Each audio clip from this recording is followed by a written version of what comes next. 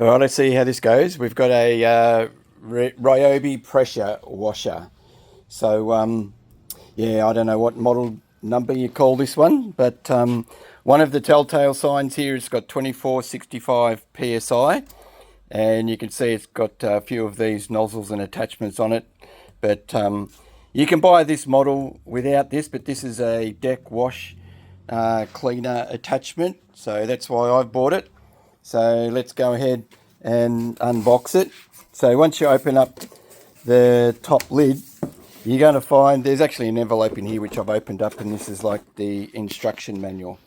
Okay, so you're going to need to keep this because on the back of it is a calibrated tool that's very important. I'll show you that later. All right, so I'll just put that aside. All right, so once you open up this bit of cardboard, then in here, this is the deck washing attachment, and then we've got an envelope which has got some more attachments in it. I'll open that and show you what's in there. All right, so I've just opened up this paper envelope, and here's the attachments that are in it. And you don't need to worry too much about them at the moment, but I'll show you as we keep going. All right, so we're going to take this top piece of cardboard out, and this is what we've got in here. It looks like that's a cleaner bottle that attaches. You can see the hose reel in here, but we're just going to take these pieces of cardboard out. And I don't know whether we can get this one out, but I'll grab this as well. And we should be able to lift it out of the box. Don't forget, after you've lifted it out of the box, you're going to see a couple of these things as well too. So we'll make sure that we don't leave those in the box. We'll get them out. Now we've got everything out. I just want to encourage you, make sure that as you put the other bits of cardboard back in, that there's nothing hiding in there. Make sure that you don't want to chuck any of the attachments or parts out. All right, I hope this doesn't get too confusing now, but you can skip forward to the part that you need if you're unsure. So here we go. I've got the trigger handle here, and the first thing you can do is this is the extension. It's already got the nozzle on the end, but I'll show you how that goes in. So you can see, hopefully you can see there's a little lug there, and you're going to line this up and push it in and turn. It only goes about a quarter of a turn. To release it, you push it in, and quarter of a turn, and it comes out. So you can see it's going in.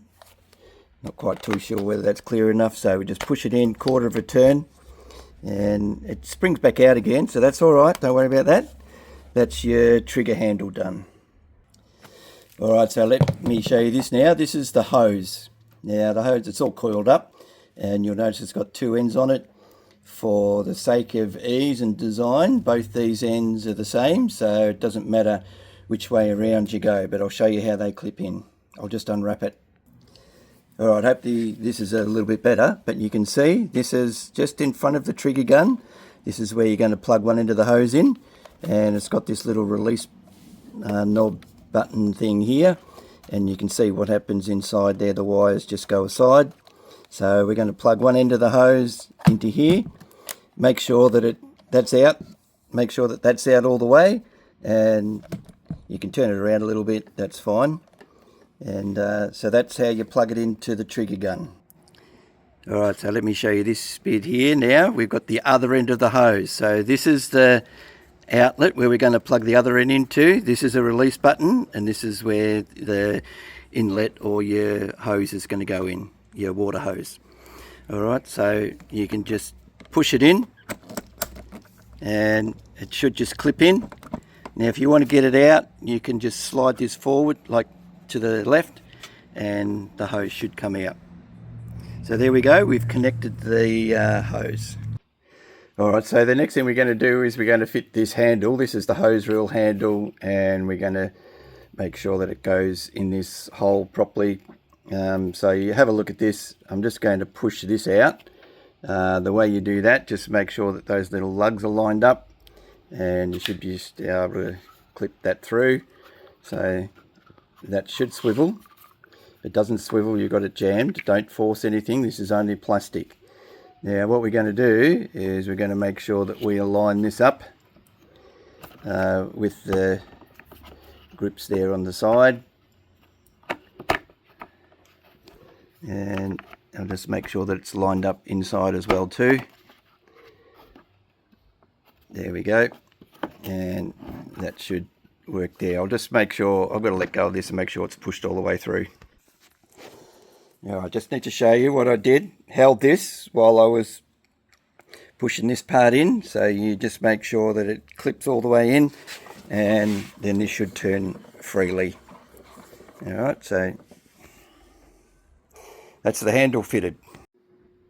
Alright, so the next thing we're going to do, I've just taken the hose out, the outlet.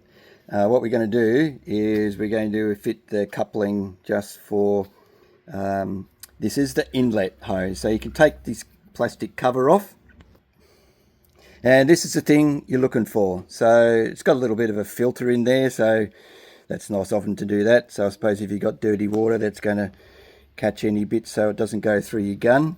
And you're going to screw that onto there. But before you do, I just need to show you this. I've got some Teflon tape lying around.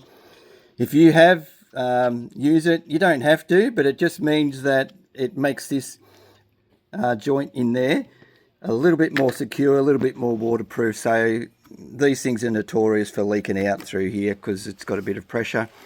So I wrap a bit of Teflon tape around it and before I screw this on. So I'll do that and I'll show you once it's fitted. Alright, so you can see here, I've just put this white stuff is Teflon tape. Make sure that none of it goes across the opening here. And the trick for putting Teflon tape on is if you wind it this way, which is clockwise, when you screw your connection on, or when you attach any connection, all the Teflon tape goes with it rather than binding up and getting all caught and coming off. So I'm just going to screw that on at the moment, and it is hand tight. I might see if I can tighten it up a little bit more. So there we go, we've got our inlet hose connector all fitted. Alright, so let me show you how the end of this works. So this is just a pull back clip-on connection. So if you pull this outer brass collar back, and you can just slide this out, and then here's how you stick your other nozzle on, and there you go. So that's pretty easy to change the connections. So that's all working. Alright, so let me just show you this here. This has got a little like plastic lug sticking out of it. So what you're going to do, this is the trigger gun holder. You're just going to grab that and you're going to slide it down into those grooves. Just press it down, make sure that it's down as hard as it goes. I don't know whether it clicks in or not, but there you go, that's in. And then we're going to grab this here for the other side. This is for the board. So let me see if I can show you this one. So here it goes, that one's just going to go, if you don't drop it, that one's just going to go down here like that. So you can hang your cord on it. So there you go. Alright, I'll see if I can show you a couple of other little features on here. So there's a little switch at the top here, and you can see the bottom of it. So if you pull it this way, you can turn this whole nozzle.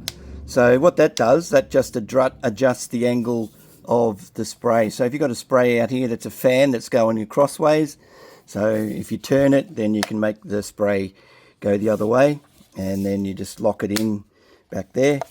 Alright, and then on the bottom, there's another little switch in here. So this will lock your trigger on. So once you've pulled your trigger back, then well, it's the other way. So I've just unlocked it. So now you can pull your trigger on, press that button down, and that'll lock it. So that's unlocked, that's locked. So there you go, two other little things on your trigger gun. Experiment with those and have fun with your Ryobi pressure washer.